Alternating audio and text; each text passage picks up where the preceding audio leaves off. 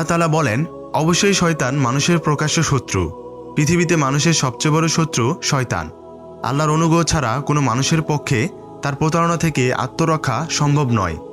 শয়তান অর্থ বিতাড়িত, বিতরিত, বঞ্চিত ইত্যাদি। শয়তান হক থেকে বিতরিত এবং কল্যাণ থেকে বঞ্চিত বলে তাকে শয়তান বলা হয়। এছাড়া তার আরও নাম আছে। শয়তানের খাদ্য হলো হাড়, গোবর ইত্যাদির ঘ্রাণ ও বিসমিল্লাহ বর্জিত খাদ্য। রাসূল সাল্লাল্লাহু আলাইহি সাল্লাম বলেন, যে খাবার গ্রহণের সময় বিসমিল্লাহ পড়া হয় না, শয়তান তা নিজের জন্য বৈধ মনে করে। তার পানীয় হলো মদ, শিকারের ফাঁদ হলো নারী, কিতাব হলো অশ্লীল কল্পিত গ্রন্থাবলী, কথা হলো মিথ্যা, মুয়াজ্জিন হলো বাঁশি, বাদ্যযন্ত্র উপাসনালয় হলো বাজার। আল্লাহ যখন শয়তানকে জান্নাত থেকে বের করে দেন, তখন সে 4টি বিষয়ের আবেদন করে।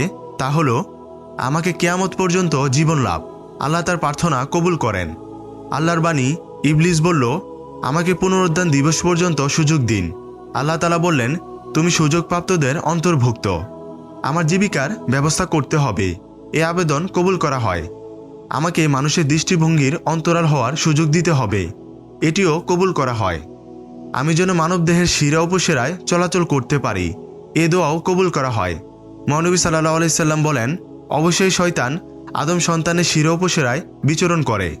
শয়তানের ক্ষতি থেকে বাঁচার বিভিন্ন ধরনের আমল কোরআন ও হাদিসে বর্ণিত হয়েছে। যেমন আল্লাহর কাছে প্রার্থনা করা। আল্লাহ বলেন, যখন কোরআন পাঠ করো তখন বিতাড়িত শয়তান থেকে আল্লাহর আশ্রয় প্রার্থনা করো, আউযুবিল্লাহ পাঠ করো। অনুরূপ সুবহানাল্লাহ, আস্তাগফিরুল্লাহ, লা হাওলা ওয়ালা কুওয়াতা ইল্লা বিল্লাহ, আল্লাহু আকবার, আয়াতুল কুরসি পাঠের কথাও বলা হয়েছে। কাজকর্মে সতর্কতা। মহানবী সাল্লাল্লাহু আলাইহি সাল্লাম বলেন, সূর্য অস্তের পর 8 ঘন্টা পর্যন্ত ঘরের দরজা জানলা বন্ধ রাখবে এবং বাচ্চাদের ঘরের বাইরে যেতে দেবে না, কারণ এই সময় শয়তান চলাচল করে। ঘরের দরজা জানলা বন্ধ রাখলে শয়তান প্রবেশ করতে পারে না। ভালো প্রবণতাকে প্রাধান্য দেওয়া। রাসূল সাল্লাল্লাহু আলাইহি সাল্লাম বলেন, নিশ্চয়ই আদম সন্তানের উপর শয়তানের একটি প্রভাব আছে, অনুরূপ ফেরেশতারও একটি প্রভাব আছে। শয়তানের প্রভাব হলো অকল্যাণের প্রতি প্রতিশ্রুতি দেওয়া এবং সত্যকে মিথ্যা প্রতিপন্ন করা, আর ফেরেশতাদের প্রভাব হলো কল্যাণের প্রতিশ্রুতি দেওয়া এবং সত্যের প্রতি সমর্থন জ্ঞাপন করা। সুতরাং যে ব্যক্তি কল্যাণের অবস্থা উপলব্ধি করে, সে যেন জেনে রাখে এটি আল্লাহ তাআলার পক্ষ থেকেই হয়েছে। কাজেই তার উচিত আল্লাহর প্রশংসা করা। আর যে ব্যক্তি অকল্যাণের অবস্থা উপলব্ধি করে, সে যেন অভিশপ্ত শয়তান থেকে আল্লাহর কাছে আশ্রয় প্রার্থনা করে।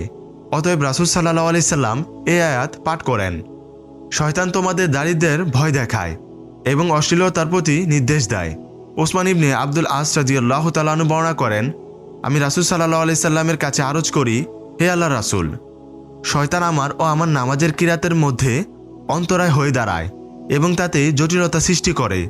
রাসূল সাল্লাল্লাহু আলাইহি সাল্লাম তখন বললেন, যখন তুমি তার উপস্থিতি অনুভব করবে, তার কুমন্ত্রণা থেকে আল্লাহর কাছে আশ্রয় প্রার্থনা করবে এবং তোমার বাম দিকে 3 বার থুতু ফেলবে।